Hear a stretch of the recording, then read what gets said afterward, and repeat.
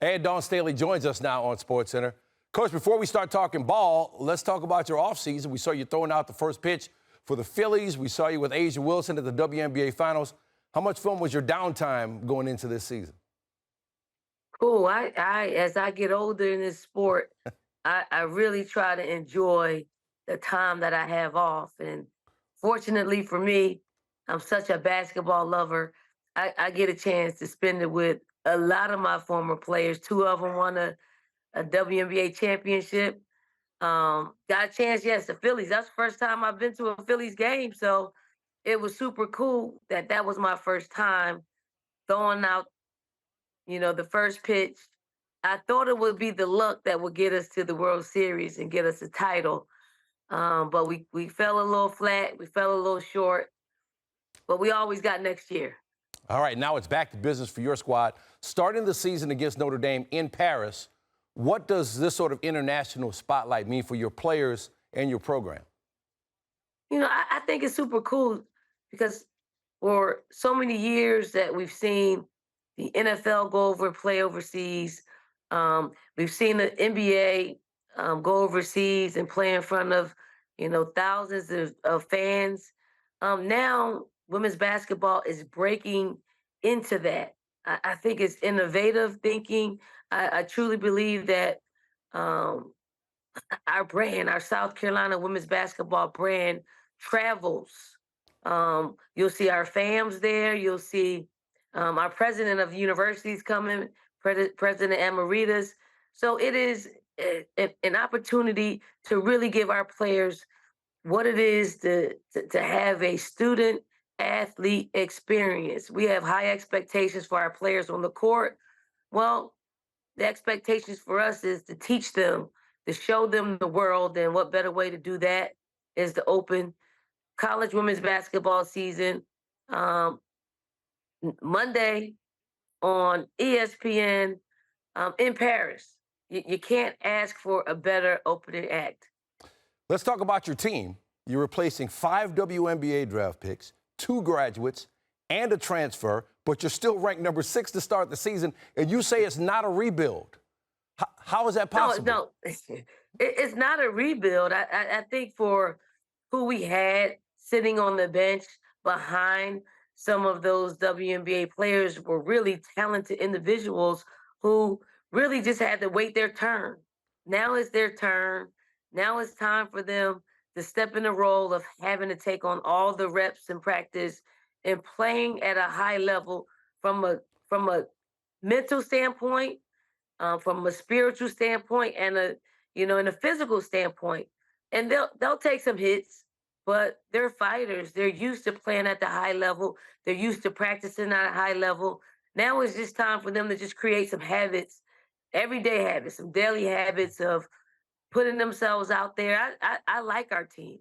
I like what we're bringing to the table. I think we're a little bit stronger shooting the ball from the outside.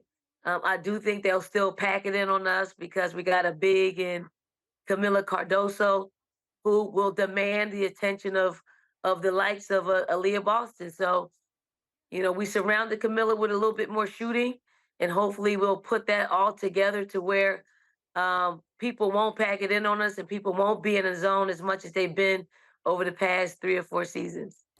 I've heard you say that you've never had guards like Tahina Paopao and Raven Johnson. What makes them so special as a duo?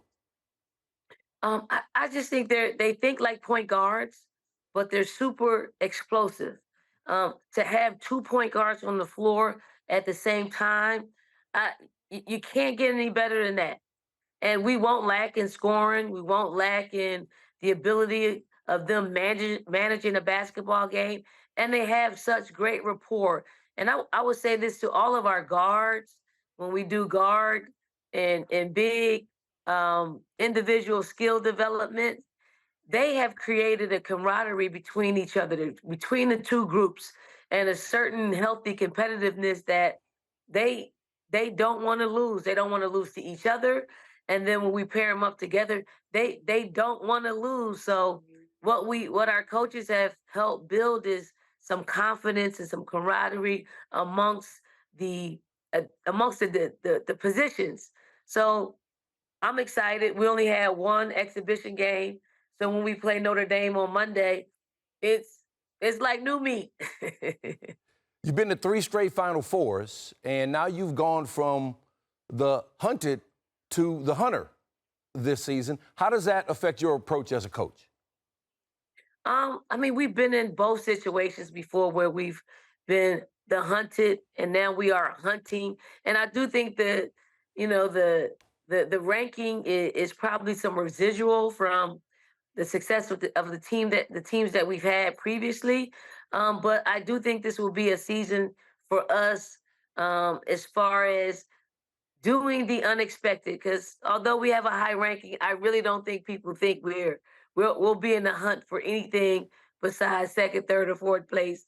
But I'm excited. I'm excited for the parity of our game. I'm excited to get things started. I'm excited that that the audience, the viewership, they're going to see some incredible basketball by some talented individual, some great coaching, some great anticipated matchups throughout the season. We got a pretty hefty schedule.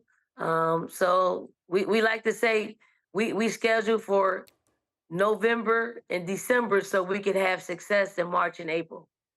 You said expect the unexpected is a theme. As you set your goals for this group this season, what are they?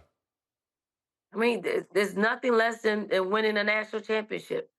And I'll say that because people on this team have won a national championship.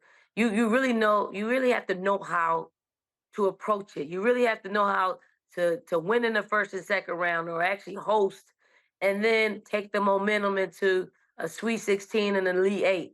We have players who've been in that situation, and I'm not I'm not reaching for anything that I don't think that we don't have the personnel to fulfill. So to me, it's always national championship or bust. All right, the road begins Monday in Paris against Notre Dame. Dawn, we really appreciate you taking some time for us. Thank you.